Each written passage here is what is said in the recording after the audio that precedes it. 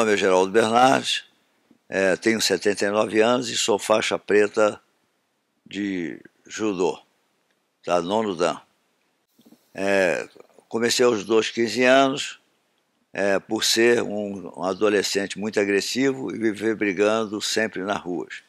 Então, na minha ideia, na minha cabeça, era que se eu fizesse uma luta, eu ficaria na briga de rua muito melhor. Qual foi a minha surpresa? Que eu, ao fazer judô, houve uma transformação muito grande na minha personalidade, fazendo com que eu me tornasse uma pessoa melhor. Então, graças a Deus, ao judô, hoje em dia eu me tornei um cidadão útil à sociedade e recomendo a todos o judô como uma prática saudável e de transformação em personalidade. Comecei a treinar na academia do professor Teófilo Mesquita, ali em Marechal Hermes, e depois fui paraquedista. Também o professor Mesquita era o professor do grupamento de paraquedistas, e daí para frente eu fui evoluindo no judô cada vez mais, chegando à faixa verde, roxa e marrom, e ganhado alguns títulos a nível de federação de judô. Saí faixa preta e fui vice-campeão brasileiro, fui campeão carioca algumas vezes, fui vice-campeão do torneio internacional Mr. Palmer, aqui no Rio de Janeiro. Paralelamente ao judô, eu entrei para o banco e fui gerente do Banco Nacional, mas continuei dando e treinando judô até achar que eu poderia fazer alguns ensinamentos. Fui como técnico, foi o Esporte Clube Mackenzie no Meia, na qual, depois de um trabalho realizado, nós conseguimos ser campeões do Rio de Janeiro. Nesse Esporte Clube Mackenzie, nós tivemos alguns atletas que, inclusive, foram para a seleção brasileira, como Júlio César Vena, César Cruz, Delmo Fernandes, que foi ao Campeonato Mundial em 79 em Paris. Saí do Mackenzie em 73 e fui para a Universidade Gama Filho, onde o professor Pedro Gama Filho, grande incentivador, patrocinador de esporte, me convidou. Comecei na Universidade Gama Filho, criei o primeiro festival Gama Filho de Judô e me formei em Educação Física pela Universidade Gama Filho, da Faculdade de Educação Física. Na nossa formatura, nós não quisemos a festa e fomos fazer um curso internacional na Universidade de Graz, na Áustria. Eu aproveitei o momento e pedi ao professor Gama Filho se eu poderia ser dispensado, se a Gama Filho me apoiaria para que eu ficasse um tempo no Japão a fim de melhorar meus conhecimentos, porque com essa ida para o Mackenzie e me tornado técnico, me despertou a curiosidade de eu poder ser um dia o técnico da seleção brasileira também. Mas eu precisava de conhecimentos. Com isso aí foi a condição de ir para o Japão. Fui ao Japão, morei 4 meses no Japão, na casa do professor Yamamoto, do professor Matsuda, do professor Yanagisawa. Ao voltar, depois de 4 meses, no final de 1978, eu fui convidado pela Confederação Brasileira de Judô para ser técnico da equipe do Brasil no Campeonato Mundial em Paris, em 1979, onde eu tive a felicidade de ver o primeiro brasileiro nato, Walter Carmona, a ganhar uma medalha em campeonatos mundiais. Isso aí fez com que a minha entrada como técnico fosse considerada uma coisa boa, e eu fui convidado depois para treinar a equipe em 1980 para a Olimpíada de Moscou. Infelizmente, por momentos políticos, problemas políticos, eu deixei de ser o técnico e foi uma grande decepção, mas isso faz parte da vida, né? Não é quantas vezes eu caio, quantas vezes eu me levanto, né? E são os princípios aí do professor Jigoro Kano. E depois, em 84, me chamaram de novo para treinar a equipe do Brasil. Mais uma vez, eu fui preterido, porque teve um momento político na qual existia uma eleição para o COB, né? E essa eleição ela se dava ou antes ou depois do ciclo olímpico. E coincidiu que, esse momento da eleição, um candidato que era o Arthur Nussmann, era candidato à presidência, e o pessoal da situação, que era o Major Padilha, ele queria continuar na presidência. Como o Nussmann era amigo do professor Pedro Gama Filho, e o professor Pedro votou no candidato, que era o Arthur Nussmann, e o Arthur Nussmann acabou perdendo. Com isso, aí o professor Pedro foi cortado como chefe da delegação, eu fiquei ainda como o técnico da equipe. Mas de manhã o Anjinho dizia assim, você não tem que ficar, você tem que sair porque teu chefe foi cortado. Mas o diabinho do lado dizia assim, que é isso, primeira Olimpíada, vai sim, você tem que ir. E fiquei nesse dilema, até dilema de consciência grande por algum tempo, até que numa entrevista no Jornal Nacional me perguntaram alguma coisa a respeito das Olimpíadas. E eu falei que o Major Padilha não enxergava um palmo à frente do nariz, porque estava tirando o chefe da delegação perto do embarque para as Olimpíadas. Com isso aí, no outro dia eu fui cortado, mas me resolveu um problema e um drama muito grande de consciência. Mais uma vez saí fora de um processo olímpico. Em 88, graças a Deus, eu consegui ir à Olimpíada de Seul, onde, mais uma vez, um atleta do Brasil mostrou ao mundo a escola de judô brasileira. Aurélio Miguel foi o campeão olímpico, primeira medalha de ouro de toda a delegação do Brasil nas Olimpíadas. Da delegação do Brasil, não era só do judô. A delegação inteira do Brasil, ninguém ganhou a medalha de ouro, só o judô ganhou dessa vez. O Aurélio Miguel, que foi uma pessoa que fez com que houvesse grandes mudanças em termos de solicitação de atletas naquela época. Em 1988, eu continuei na seleção brasileira e fui para a Olimpíada de Barcelona, onde outra vez um brasileiro nato ganhou uma medalha de ouro, que foi o Rogério Sampaio. Aliás, foi um dos atletas mais técnicos que eu vi competindo em termos de Olimpíada. Meu primeiro contato com o professor Geraldo Bernardes foi durante o treinamento da seleção brasileira que se preparava para os Jogos Olímpicos de Los Angeles. Naquela época, acompanhando meu irmão, eu ainda muito jovem, com 17 anos, pude participar de alguns treinamentos lá no Centro Olímpico em São Paulo, aqueles treinos liderados pelo professor Geraldo Bernardes, e ali foi o meu primeiro contato com ele. Algum tempo depois, não muito longe desse período, em 1985, participei da minha primeira competição internacional, na categoria júnior, na Cidade do México. Naquela época, a seleção juvenil e júnior era chefiada pelo professor Paulo Vanderlei, hoje presidente do Comitê Olímpico do Brasil, e o professor Geraldo Bernardes. Foi um momento de muito aprendizado, ficamos um mês na Cidade do México e lá eu pude ver a liderança, o conhecimento técnico do sensei Geraldo Bernardes, e para mim foi um momento muito enriquecedor na minha carreira. E assim foi nos anos seguintes, né? Eu participando de algumas competições e viagens ao exterior, treinamentos no Brasil e em muitas oportunidades trabalhando e recebendo as orientações do sensei Geraldo Bernardes. Na preparação para os Jogos Olímpicos, viajamos juntos para o Japão, para as competições preparatórias, e lá em Barcelona pude também ter o apoio dele, a participação dele na minha conquista, junto com o professor Paulo Vanderlei, e posso dizer que ao longo da minha formação e durante o período da minha conquista olímpica, a participação do sensei Geraldo Bernardes foi fundamental. Em 1996 eu tornei aí a uma outra Olimpíada, foi em Atlanta, onde houve nessa Olimpíada uma grande revolução em termos de como a delegação do Brasil poderia se preparar, né? E uma das coisas que foi inovado foi que nós não deveríamos ficar mais na concentração, ir direto para a Vila Olímpica, e sim ficar fora no período de adaptação e aclimatação. Tem alguns atletas que se empolgaram dentro da Vila Olímpica e passaram a ter uma outra atitude, não se preocupando talvez muito com o desempenho do judô, mas em ficar deslumbrado com a Vila Olímpica e participar toda hora de corre para cá, corre para lá, para ganhar um presente, ganhar outro. Dentro da Vila Olímpica tem sempre meios de recreação, ficar até tarde e não dormir.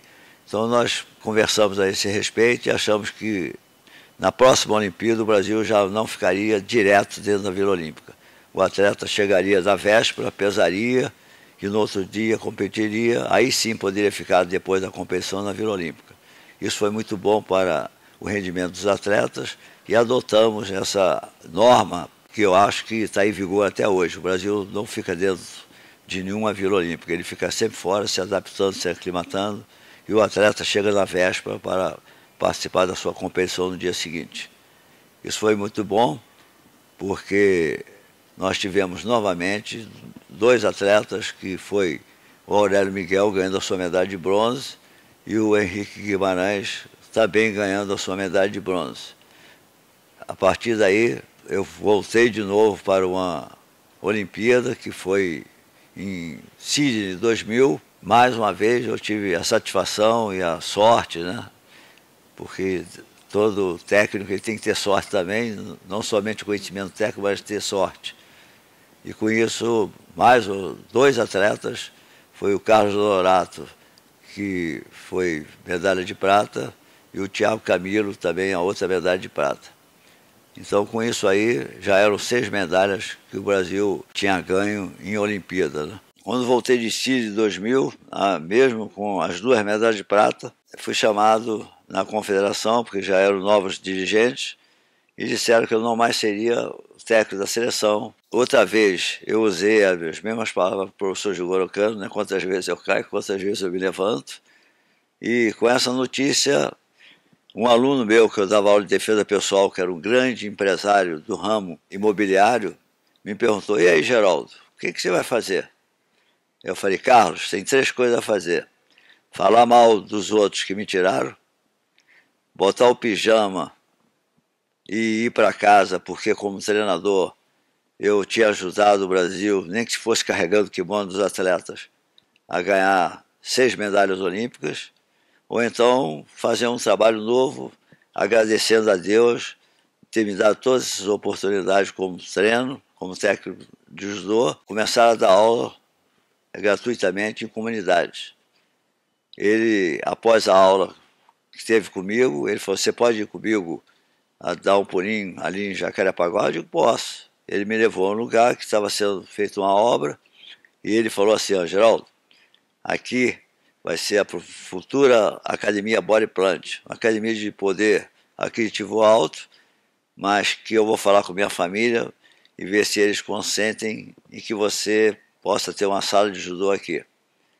Eu fiquei emocionado e ele, 15 dias depois, veio com a notícia de que poderia sim eu dar aula, porque ele montaria uma sala para mim. E foi o que aconteceu. Em 2000, a Academia Body Plant foi inaugurada em agosto. Em novembro, após a Olimpíada de Sydney, me apresentaram lá uma sala toda com tatame importado, toda forrada, e uma sala muito bem montada. E eu comecei um trabalho social, né? E esse trabalho social começou com o nome, era Judô Comunitário Geraldo Bernardes Body Plant. Isso aí foi em 2000. Em 2002, nós começamos a participar dos campeonatos, com a turma nova ainda, que era o campeonato de base da federação, e consegui ser campeão de base com pouco tempo. Tive a felicidade também em 2000, porque a maior parte dos meus alunos eram oriundos das escolas municipais. Eu fui na 7ª CRE, que era onde a direção das escolas municipais era sede, e falei com a diretora e ela me assinou um convênio comigo que todos os alunos da escola municipal, se quisessem fazer judô, poderiam fazer na Academia Body Plant, porque foi assinado esse projeto, né? Pensamos de acordo. Tive uma satisfação imensa e novamente ter sorte, né? Porque eu acho que o técnico, para ser técnico, ele tem que ter sorte ao quadrado. Eu, com a minha experiência de treinador, procurei entender que nós, para sermos um bom técnico, não basta ter o conhecimento. Tem que ter a sorte do atleta, do talento aparecer em suas mãos, vir para a tua mão de encontro a você, e sorte nas competições, como uma estrela grande, né? Numa dessas sortes grandes é que em 2000 entrou como aluno meu da Escola Municipal a Rafaela Silva e a irmã Raquel Silva, que desde o primeiro momento eu vi ali que eu tinha um grande diamante bruto para ser lapidado, porque tinha uma agressividade natural da própria comunidade, em que toda a comunidade, as pessoas que são determinantes têm, né? A bola é minha, ninguém pega, a pipa é minha, ninguém pega, e ter essa agressividade que canalizada para o judô é muito interessante, e coordenação natural da comunidade também, pula muro, sobe árvore, solta pipa, joga futebol, diferente dos nossos filhos atuais, né, que só fica no computador. Também por quem observar a Rafaela vê que ela tem os membros superiores bem alongados, que para o judô é muito bom para manter a distância até do seu adversário, né? Então eu vi que eu tinha, ela e a irmã, 2 diamantes brutos, chamei a família e disse, ó, um dia, suas filhas treinarem judô, eu estou vendo que elas vão ter um futuro muito grande. Um dia elas poderão ser atletas da seleção brasileira e ter títulos internacionais. Isso em 2000.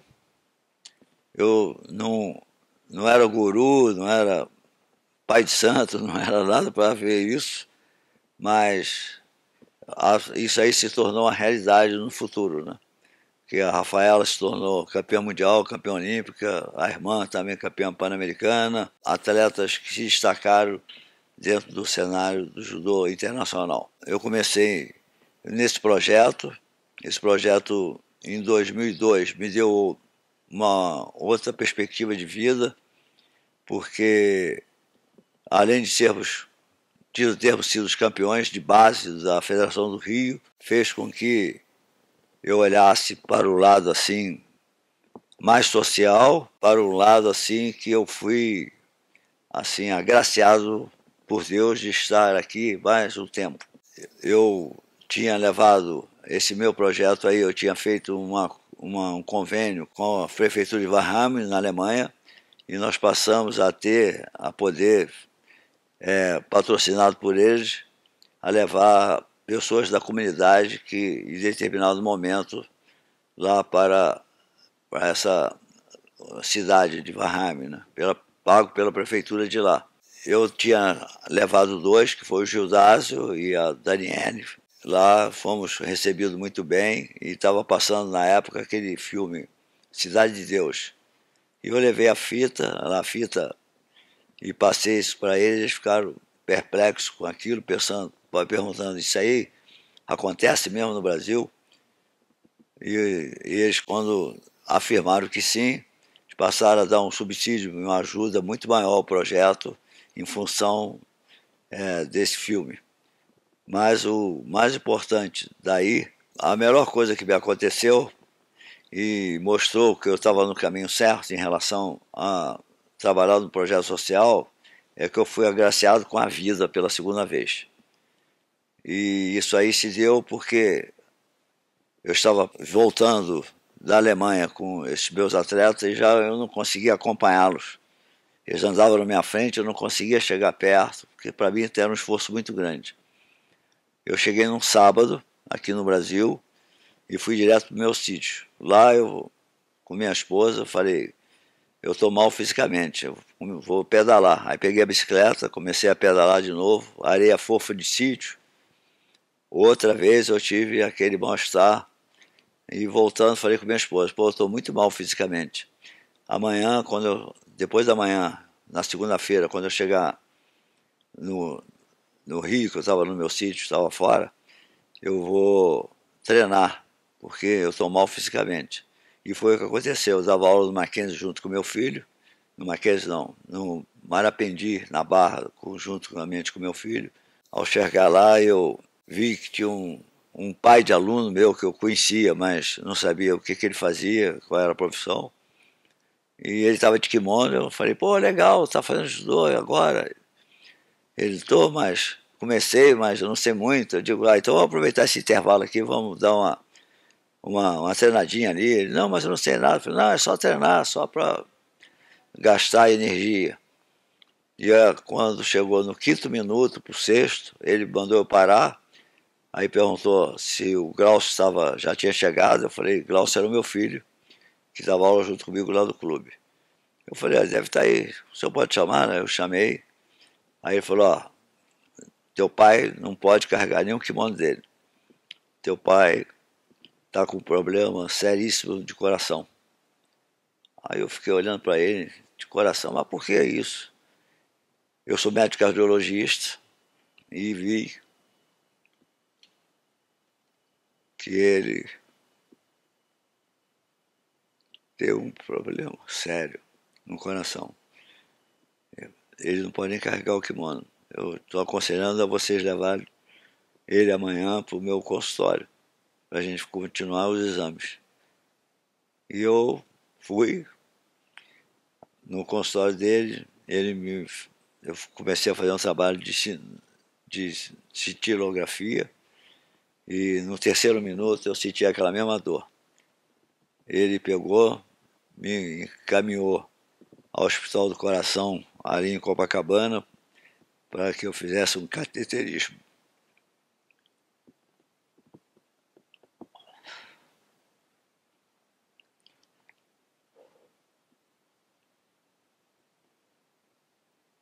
Aí desse cateterismo, quando o médico voltou, falou, olha, nós temos que fazer uma operação de emergência em você.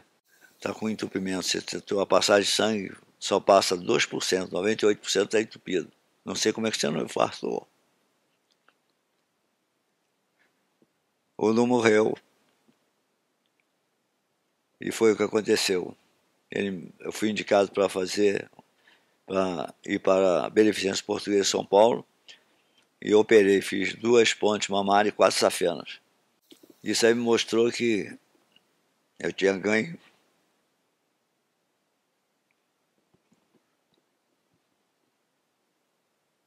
um presente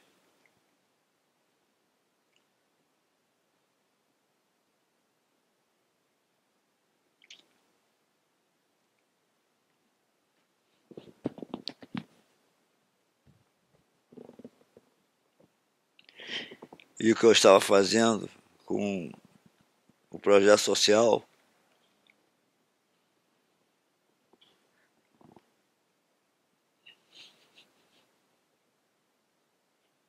foi como se a pessoa lá de cima dissesse assim, fica aí que tu tem que ficar, pô.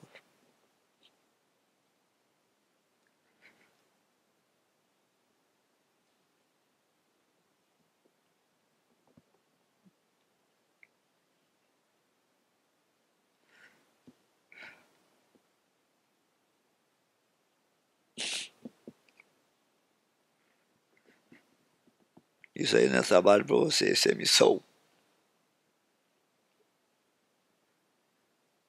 E a partir daí eu comecei mais a me engajar na minha missão. Eu, após a operação, na Beneficência Portuguesa, com uma semana eu já estava bem recuperado, já estava voltando para o Rio de Janeiro. E foi a surpresa de todos que, quando a pessoa antigamente, em 2002, operado do coração, era braba. Não era qualquer uma operaçãozinha, não. O cara já pensava que o cara já tinha 70% direito a ir para a sepultura, porque a tecnologia não era como hoje, né? Hoje operar o coração se torna uma coisa muito normal, mais fácil, porque a medicina teve um grande avanço. Mas antigamente não, era peito aberto mesmo, abria, botava o coração do lado e era brabo. Mas eu no 7º dia eu voltei para o Rio, eu tive que ter até uma autorização especial, porque a companhia de aviação não queria deixar eu voltar, viajar. Eu voltei ao Rio e aquelas pessoas que pensavam em me visitar na minha casa, eu que fiz a visita a elas em determinado momento. Mesmo com uma semana de operado, eu sentado numa cadeira, eu estava dando treino para os meus atletas, aí ali na Body Plant, no projeto social. Fui agraciado de novo, né, com um talento que vem à mão, né, é uma das sortes que eu disse que todo treinador tem que ter, em ter como aluno Flávio Canto. Ele começou com 14 anos no Marapendi, e desde o primeiro momento eu vi que eu tinha uma pessoa muito forte, porque ele vinha de uma família de poder aquisitivo alto, e muito inteligente, tá? Com a memória fotográfica muito bacana. Ele ensinava uma coisa, ele fotografava aquilo e rapidamente o aprendizado era computado. E eu fiz a pergunta para ele: e aí, 14 anos, o que você pensa a respeito do judô? Ele: vou ficar me agarrando com esse pessoal. Eu digo: se você quiser. E ele começou a fazer judô e eu vi também que ele tinha um grande potencial. Quando eu falava que, para os meus amigos faixas pretas e técnicos, que o Flávio um dia ia chegar em algum lugar, eles diziam que o Flávio era meu sonho. O Flávio é sonho de Geraldo. E o que aconteceu foi que, mais uma vez, o Flávio, com 5 anos de judô, porque ele começou aos 14, com 19, estava na seleção brasileira disputando uma Olimpíada de Atlanta e sendo 7º na Olimpíada. E meu sonho, mais uma vez, se tornou realidade. Então, isso aí fez com que eu aprendesse também algumas coisas, né? Talvez o Flávio existisse na minha vida para mim aprender que eu, quando era técnico da equipe do Brasil, eu pensava como técnico em ganhar as medalhas. Eu não estava muito preocupado com o social. Eu vim aprender alguma coisa do social sendo o treinador do Flávio e fazendo esse trabalho social, né? Na Body Plant.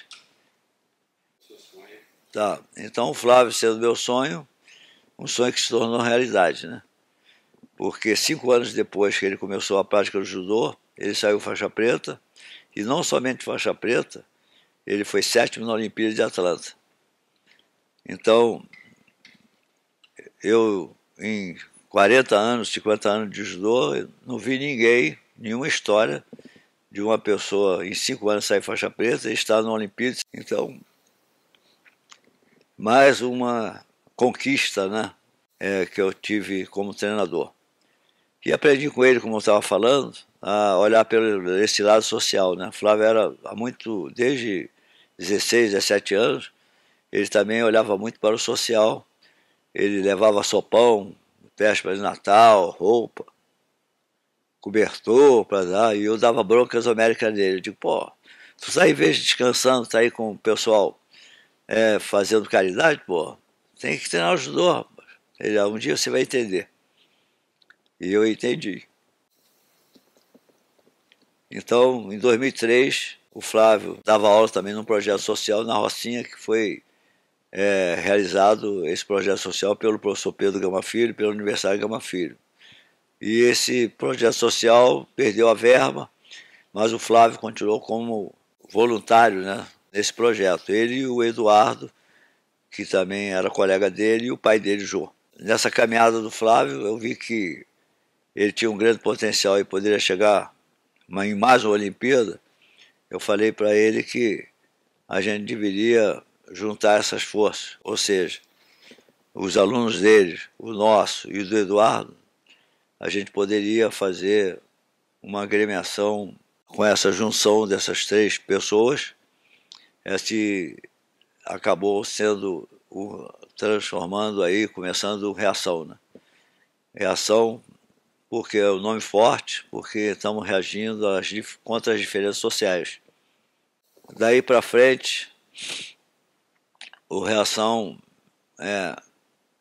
cada vez mais se solidificou, né, no cenário do judô nacional, ganhando vários títulos, botando vários atletas na seleção.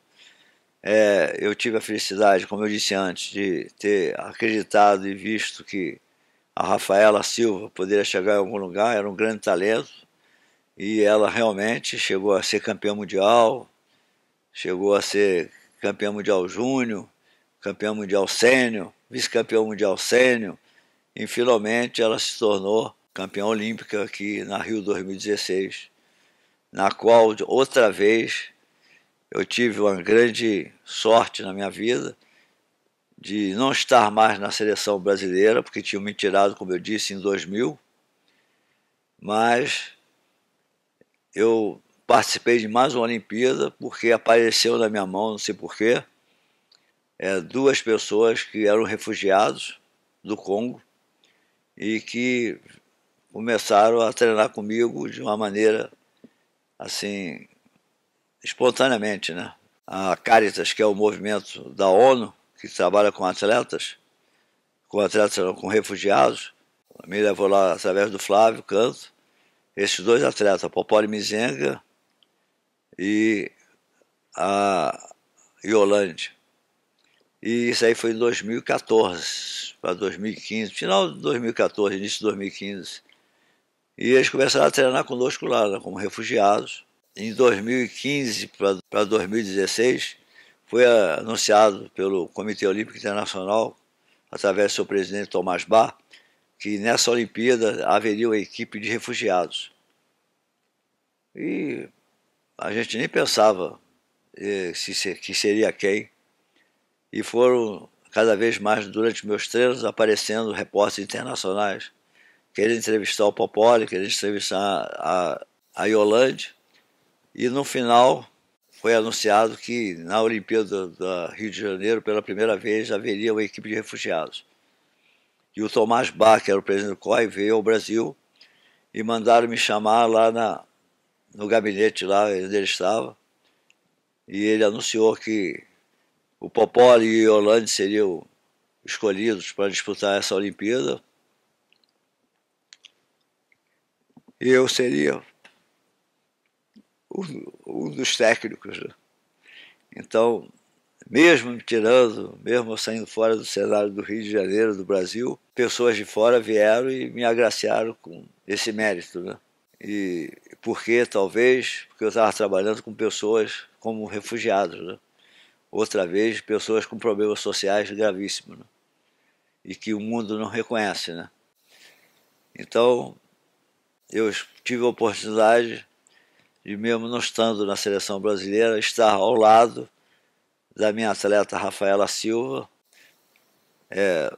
vendo e incentivando durante todo o período da sua competição, em virtude de eu ter sido escolhido para ser o técnico dos refugiados na Olimpíada Rio 2016. Então isso aí são coisas que estão vindo e que vieram para minha mão assim, de uma maneira assim, espontânea, né? Sem se pensar no porquê, mas fizeram com que a minha carreira aí como técnico ficasse assim, em evidência. O merecimento maior aí, eu acho que foi em função da missão que eu recebi, de poder não somente trabalhar com judô normalmente, como eu vinha trabalhando na seleção brasileira, mas através de uma ajuda para pessoas que tanto precisam, né?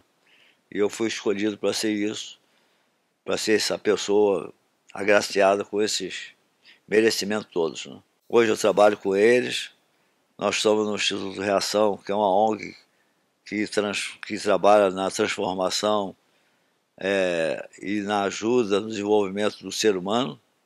Hoje nós estamos com 2.600 alunos, temos 9 polos aqui no Rio de Janeiro, temos polo em Cuiabá, temos polo agora no Rio Grande do Norte que vai ser inaugurado, mas cujo presidente é o Flávio Canto, e uma ONG que super respeitada e que desenvolve um grande trabalho em prol das pessoas menos favorecidas, né, que pode estar aqui no Rio de Janeiro ou em outro estado qualquer.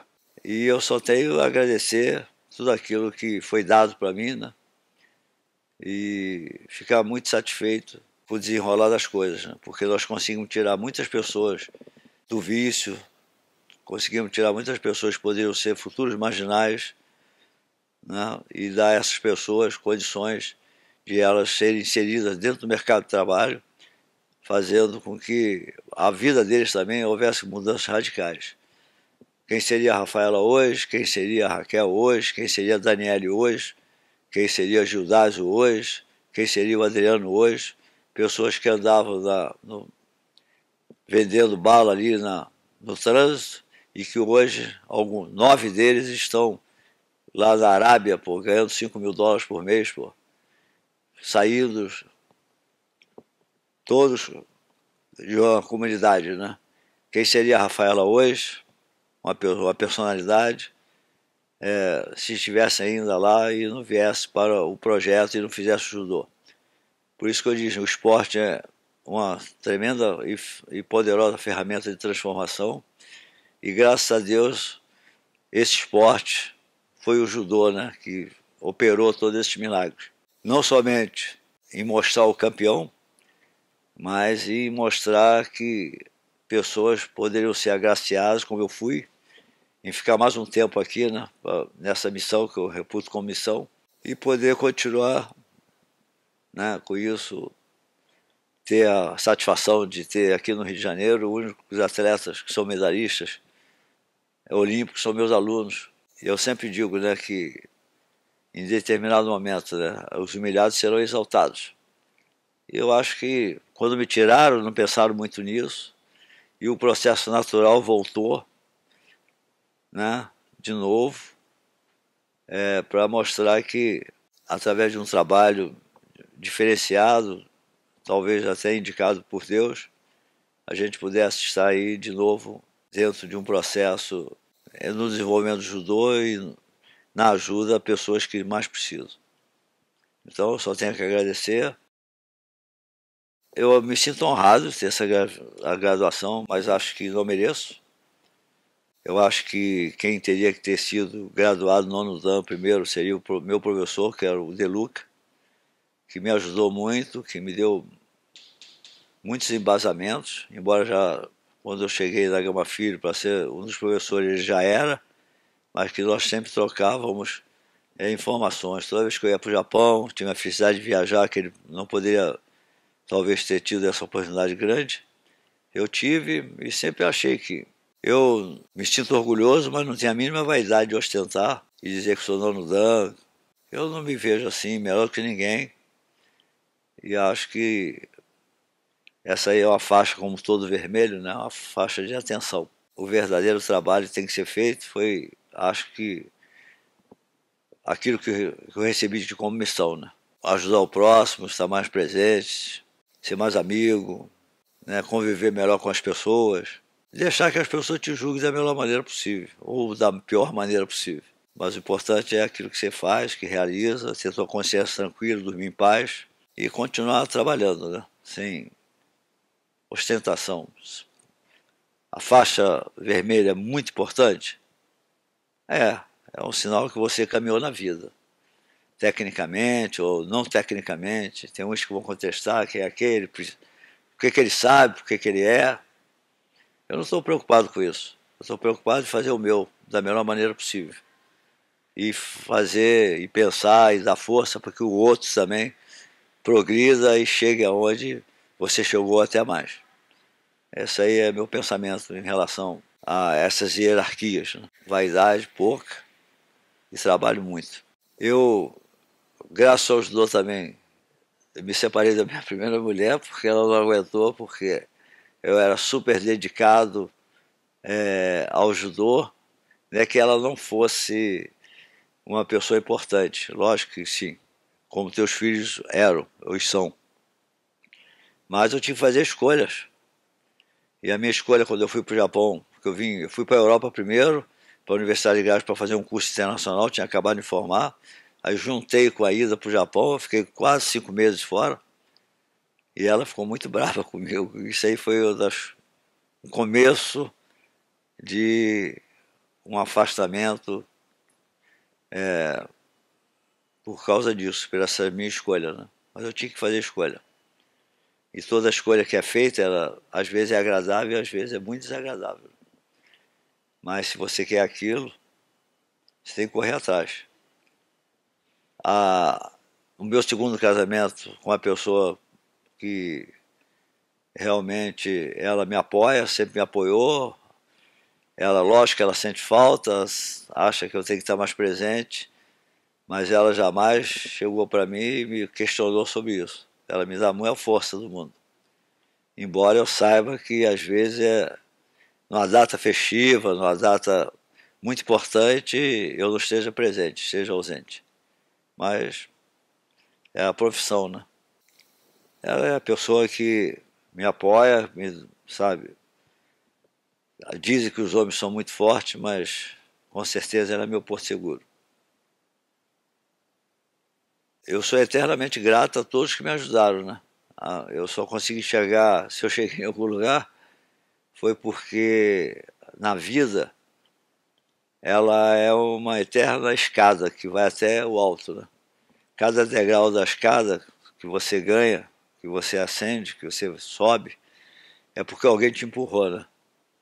Alguém te ajudou de alguma maneira a chegar ali, né? Quando você é da infância, não consegue andar, tua mãe vai lá, dá a mão e você aprende a andar. E eu aprendi nessa escalada e nessas benesses que eu tive do ser superior que está lá em cima. Eu sou grato a todo mundo que me ajudou, sou grato a todas aquelas pessoas que participaram de algum momento da minha vida.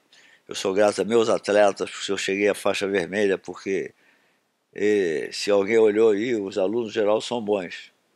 Ele merece isso, merece aquilo, porque ele faz isso, faz aquilo. Mas é mais um degrau. Teus alunos são teus degraus constantes na tua evolução, né? E tenho eterna gratidão por aquelas pessoas que me ajudaram. E a gratidão é uma palavra muito bonita e muito forte e importante. Sou grato a todo mundo. Minha vida é de gratidão.